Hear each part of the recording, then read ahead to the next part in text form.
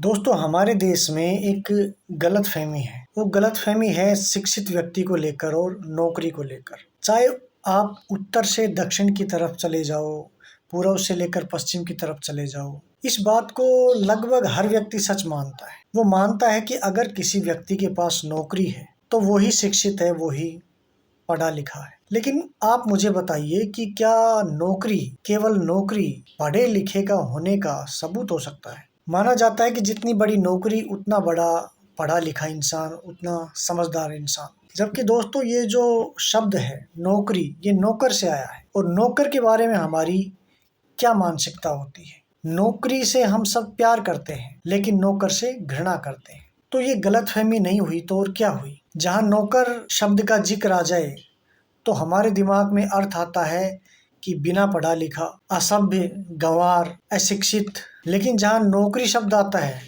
तो हमारी मानसिकता बदल जाती है। उसके लिए दिमाग में आता है पढ़ा लिखा, इंटेलिजेंट व्यक्ति।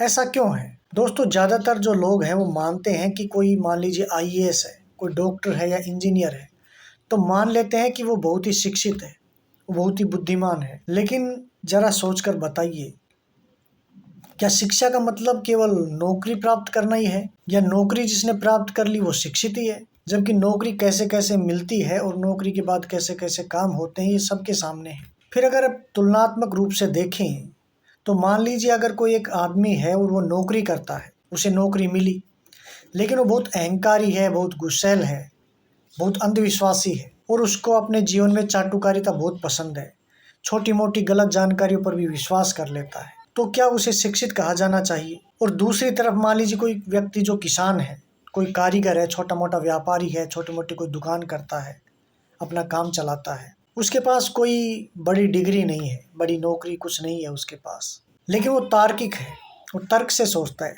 उसे सही गलत की पहचान है, समाज के प्रति संवेदनशील है और अपनी जिम्मेदारी को समझता है। तो क्या वो कम शिक्षित हो गया या अशिक्षित हो गया? कौन ज्यादा शिक्षित है? वास्तव में अगर देखा जाए तो ये जो नौकरी है, ये किसी की योग्यता का एक हिस्सा तो हो सकता है, लेकिन उसके पूरे पूरे शिक्षित होने का पूरा पूरा प्रमाण नहीं है। दोस्तों सच्ची शिक्षा वो है जो इंसान को सोचने, समझने, प्रश्न पूछने और सत्य को पहचानने की क्षमता देती है, योग्यता देती है। इसलिए अगली बार किसी की शिक्षा का मूल्यांकन करना हो, समझदारी का मूल्यांकन करना हो, तो उसकी नौकरी से मत करना, उसकी सोचने और विचार करने की क्षमता से करना। क्योंकि किसी की डिग्री का, किसी की नौकरी का उसके विवेक और उसकी समझ से बहुत ज्यादा संबंध हो, ये कोई जरूरी नहीं है।